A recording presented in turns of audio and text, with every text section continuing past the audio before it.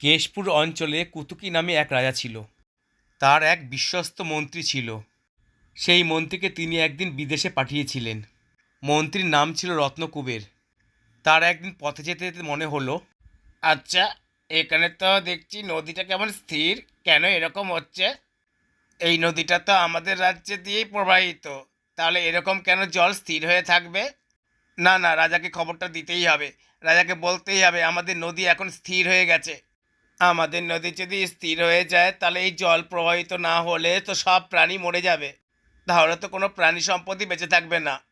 একথা বলতে বলতে মন্ত্রীমশাই কিছুটা এগিয়ে হেঁটে গেল। তারপর মন্ত্রীমশাই হাঁটতে হাঁটতে একটু হাঁপিয়ে পড়ল। ও বাবা, কিভাবে আমি হাঁপিয়ে পড়েছি, দরকার নেই, একটু বিশ্রাম নিয়ে নিই। একথা বলে তিনি একটু বিশ্রাম নেওয়ার জন্য তাগিদে উঠলেন। তারপর তিনি একটি গাছতলায় এসে বিশ্রাম নিলেন। তারপর তিনি বললেন, ওরে বাবা রে, খুব কষ্ট হয়েছে, এবার একটু বিশ্রাম নিয়ে প্রাণটা জুড়াই। সেই সময় তিনি দেখতে পেলেন একটি পাখি। পাখিটি তখন কুহু সুরে গান গাইছে, কু কু।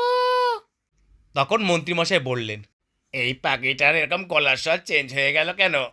নিশ্চয়ই পাখিটির কোনো খিদে পেয়েছে, নতুবা মায়াজাল দিয়ে কেউ পাখিটির মুখ বন্ধ করে রেখে দিয়েছে। পাখির স্বর তো এরকম হয় না। তারপর মন্ত্রীমশাই ওখান থেকে চলে গেলেন। তখন পাখিটি মনে মনে ভাবল, দাঁড়াও মন্ত্রী মশাই, দাঁড়াও। এক রাক্ষসী আমাকে বেঁধে রেখেছে, তাই আমার গলার স্বর বের হচ্ছে না। তুমি একটু বোঝো মন্ত্রী মশাই, দাঁড়াও। এই কথাটি মন্ত্রীর কানে গিয়েছিল, কিন্তু সে কোনো ভ্রুক্ষেপ করলো না। তারপর মন্ত্রীমশাই বন জঙ্গল থেকে এবার একটা গ্রামে এসে পৌঁছলো। এখন তো আমি গ্রামে এসে পৌঁছেছি, রাজামশাইকে আমার সব কথাটাই জানাতে হবে। কিন্তু রাজামশাই তো তা বিশ্বাস করবে তো? পাখিটাকে তো কাছে নিয়ে গেলাম না। এই অবস্থায় রাজামশাই যদি বিশ্বাস না করে তখন তো আমার সমস্ত প্ল্যানই ভেস্তে যাবে। এই সাত পাঁচ কথা ভাবতে ভাবতে মন্ত্রীমশাই এগিয়ে গেল। সেই সময় দেখা হলো একটি কাকের সাথে।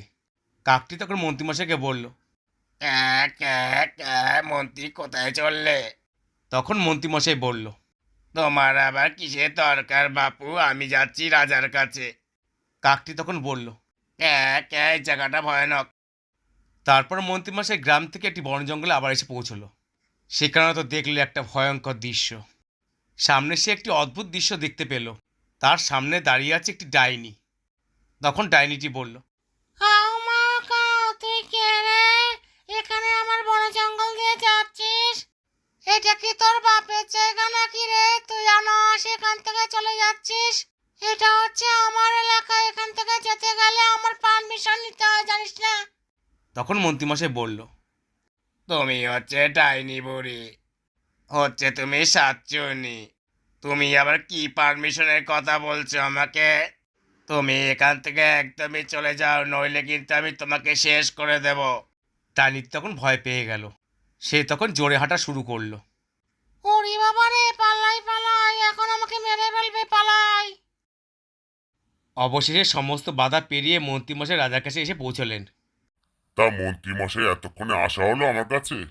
তা সব খবর ঠিকঠাক আছে তো? সব কুশল তো? আপনার পথে আসতে কোনো কষ্ট হয়নি তো? আপনি ভালো আছেন তো?